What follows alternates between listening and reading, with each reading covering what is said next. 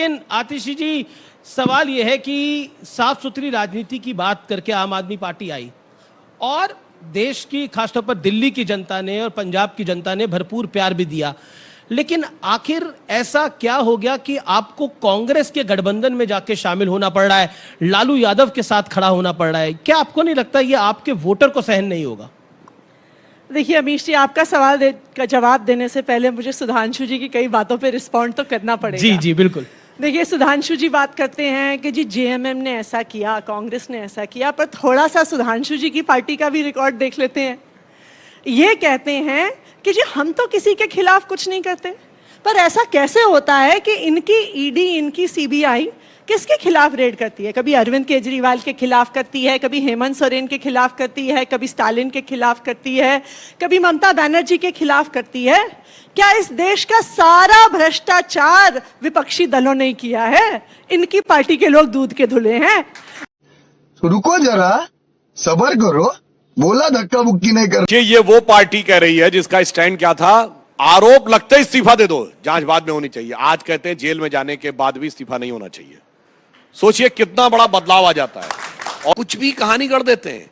याद करिए जब मनीष सिसोदिया जी की यहां रेड हुई थी तो उन्होंने कहा, सारे इनके प्रवक्ता आके कहते थे कि लॉकर में क्या मिला उनको, सिर्फ एक बच्चे का झुंझुना मिला। मैं आपसे पूछना चाहता हूं, कोई बैंक के लॉकर में बच्चे का झुंझुना रखता है क्या? जी।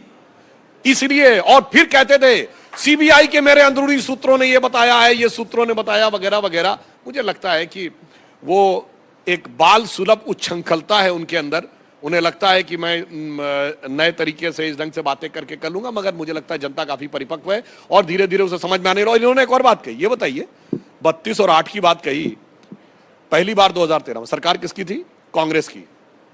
किसको सबसे ज्यादा बहुमत मिला? भाजपा को। नैतिक अधिकार किसका था सरकार बनाने का? बीजेपी का। और आपने कांग्रेस से समर्थन लेकर सरकार बनाई और नैतिकता की बात कर रहे हैं। और मैं ये भी नहीं कहना चाहता, मतलब पर्सनल, वो तो कसम खाई थी कि हम शपथ नहीं लेंगे और लिखित में समर्थन मांगा था, लिख के कि हमें आपका समर्थन चाहिए। तो एक नहीं अनेक। और एक और मैं बात बता दूं, ये जब पार्टी आई थी तो एक होता था ना, मुझे चाहिए जन लोकपाल, वो टोपी उपयोग दिखती है कहीं, अब टोपी जनता को पहना दी। अब सुनिए, दिल्ली में कहते थे अल्जीरिया अप्रूव नहीं कर रहा है, प्योर स्टेट नहीं है। ये क्या हुआ भाई, पंजाब में कहीं लोकपाल नहीं आया। बाकी छोड़िए, इनकी अपनी पार्टी में एक लोकपाल था, एडमिरल रामदास, ठेकाए दिया उनको। जी जवाब अपनी पार्टी का लोकपाल खत्म कर दिया, बाहर की तो बात छोड़िए। वो मुझे कहता हूं आज आरोप हमारे ऊपर है। नहीं, मैं उदाहरण देना चाहता हूं कैसा आरोप है। आज हम लोगों पे आरोप है कि हम लोग उनको फंसा रहे हैं, जेएमएम वालों को। यही कहा जा रहा है ना। पुरानी फिल्मों में कई बार एक डायलॉग होता था, 20 बरस पहले की बात है, तो मैं कहना चाहूंगा 30 बरस पहले की बात है।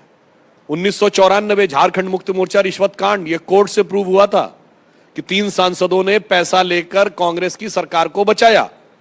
तो कोई बीजेपी थी क्या? मोदी जी, अमित शाह जी का नाम था क्या? लालू प्रसाद यादव जी 1997 में जेल चले गए। अब बताइए, हम लोग युवावस्था से पूरी पार कर गए, लालू जी को जेल से अंदर बाहर देखते हुए, और कहते हैं साहब बीजेपी कर रही 2014 के। ये आए और इन्होंने कहा कि हम आएंगे और दुनिया बदल देंगे, ये कर देंगे। अब दो में से एक बात थी, या तो मैं ये कहूं कि इमेच्योर थे या बहुत सयाने थे। अगर सयाने थे तो फंस गए और इमेच्योर थे तो बेचारगी की स्थिति है। तो इनकी स्थिति यह है। और इसमें मैं एक और बात कहूंगा, इन्होंने जिस रफ्तार से बदलाव किया है तो भारत की राजनीति में अद्भुत है। क्योंकि जिस पार्टी के विरुद्ध इन्होंने शपथ ली थी जी कि हम साहब कभी भी इसका समर्थन नहीं लेंगे, उसी को बेईमान कह के और प्रचार करके, वो याद करिए शीला दीक्षित जी का नाम लगा के ऑटो के पीछे लगा रहता था, वगैरह वगैरह। और साहब हमें 1951 में बने 72-73 साल हो गए, हमने आज तक कांग्रेस से समर्थन नहीं लिया। इन्होंने 73 दिन में समर्थन लिया सरकार बनाने के लिए। और आज आपकी बात में संशोधन कर दूं, हमने किसी नेता के खिलाफ कोई केस विड्रॉ नहीं किया है। हमारा स्टैंड चेंज नहीं हुआ। हमने कहा जी आरोप था, आरोप है, चल रहा है। हेमंत बिश्व शर्मा जी हमारी पार्टी में ज्वाइन करने के बाद भी कलकत्ता में सीबीआई के सामने एक बार अपीयर हो चुके हैं, मगर स्टैंड इनका चेंज है। सुनिए, शारदा के बारे में ऑफिशियल स्टैंड है इनकी गवर्नमेंट का कि ऐसा कुछ हुआ ही नहीं था। अचानक कहते नहीं हुआ था, हमारी सरकार भ्रष्ट थी, हमने बड़ा भयानक भ्रष्टाचार किया था और ये किया था। यही है अजीत पवार के बारे में इनकी सरकार, यानी अब इनका मतलब इंडी गठबंधन सरकार का ऑफिशियल स्टैंड है कि ऐसा कुछ हुआ ही नहीं। आप कहते हुआ था, अपने नेताओं को भ्रष्ट का सर्टिफिकेट आकर देना, फिर अपने नेताओं को बिकाऊ होने का सर्टिफिकेट देना, मुझे लगता है जो काम आज आम आदमी पार्टी और कांग्रेस जैसे दल कर रहे हैं, इसका आपको उदाहरण देखने को नहीं मिलेगा। इनके बाद तो 90% की मेजोरिटी है भाई, इनके 62 विधायक हैं, 62-63 विधायक हैं, 90% मेजोरिटी, और 2/3 टूटे तब कुछ हो सकता है। और फिर ये कहते हैं कि साहब हमारी पार्टी तोड़ी जा सकती है। मैं बताना चाहता हूं, हम सबसे लंबे समय अपोजिशन में रहे, कभी बीजेपी का वर्टिकल डिवीजन हुआ? अरे क्या बात कर रहे हैं, हमने तो वो चीजें झेली हैं जो इमरजेंसी के फर्जी केसेस, जॉर्ज फर्नांडिस जी को हथकड़ी लगा के सड़क पे चलाया गया एक अपराधी की तरह, बड़ौदा डायनामाइट केस में, जो कि आज के जमाने में टेररिज्म का इक्विवेलेंट था, और जेल से 3,74,000 से जीते। मान्यवर, मैं कह रहा हूं, जनता की अदालत हो या न्यायालय की अदालत हो, हमने दोनों जगह लड़ाई जीती है। देखिए, आम आदमी पार्टी के आरोपों पर सफाई देने की जरूरत है क्या?